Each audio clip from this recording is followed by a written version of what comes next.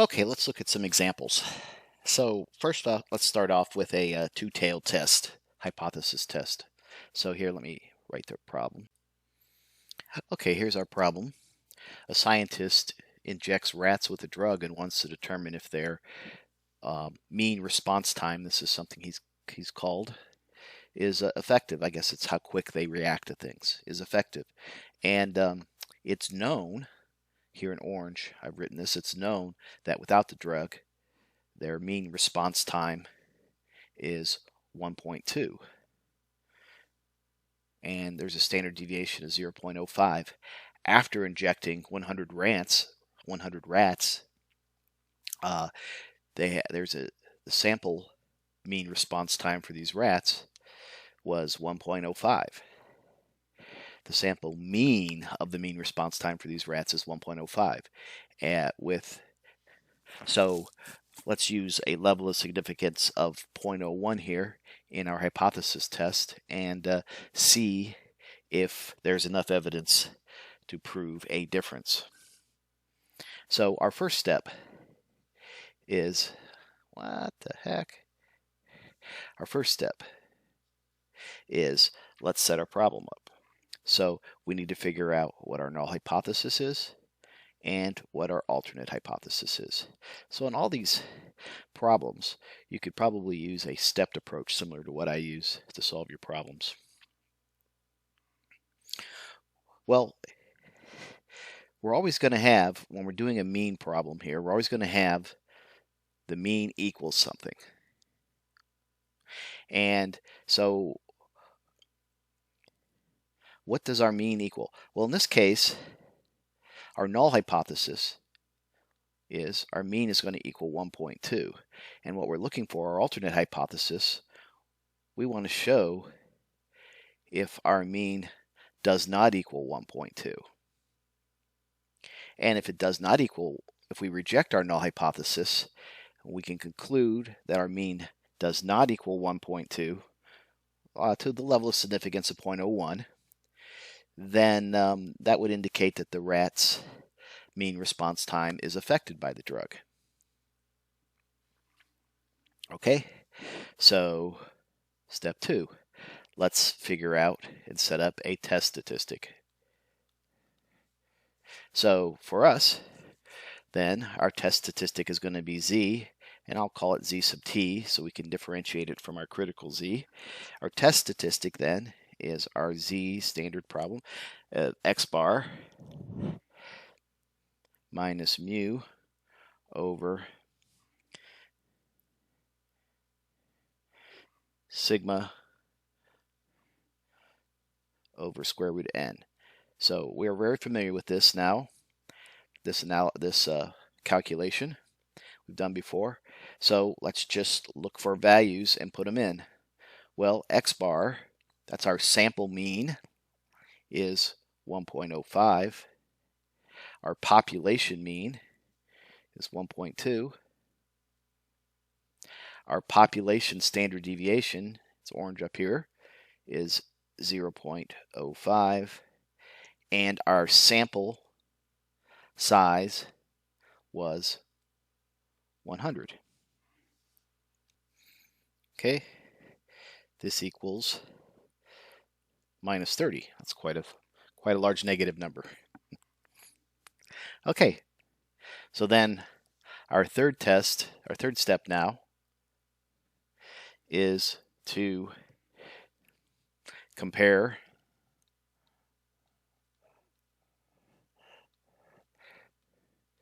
to our crit region.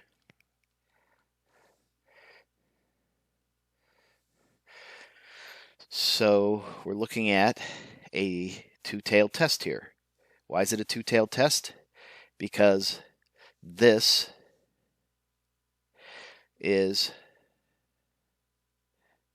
does not equal to. So that means it could end up on the left side or the right side. So we have a two-tailed test. These should be symmetric. These areas should be the same. If alpha equals, in our problem, 0.01, then alpha over 2 is going to equal 0.005, essentially. And we have two z criticals. We have a negative one and a positive one. Let's just look up here. Instead of having to do this calculation, let's go back and look at what we have. For 0.01, we would use this value, 2.58. So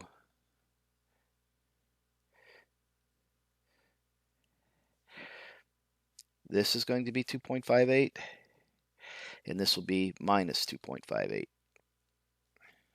So the z crit here equals plus or minus 2.58. And again, this is in red, our critical region. The boundary here for these critical regions are z values that are associated with, so this is an area of 0.005, which is alpha over 2. And the same with this, is alpha over 2. Our alpha for this problem is 0.01. So keep all those ideas straight when you do this. All right, so we've determined our critical region. It's to the left of minus 2.58 or to the right of positive 2.58. So what do we need to do now? We need to take our test value, z sub t, we need to take our test value and see where it plugs in on this diagram.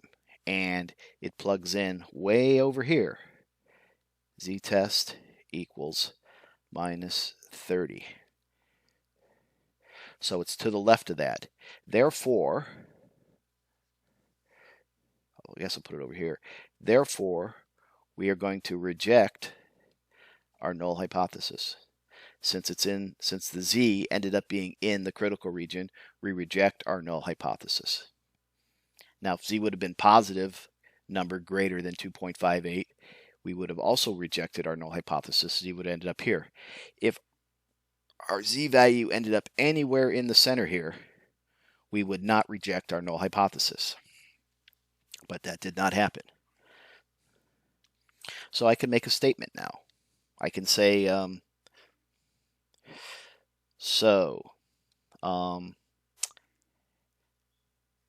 at an alpha equals 0.01, again, that's our level of significance. At a level of significance of 0.01, the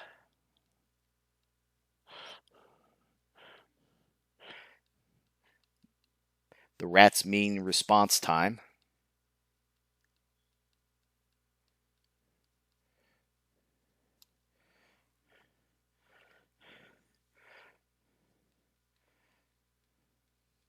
appears to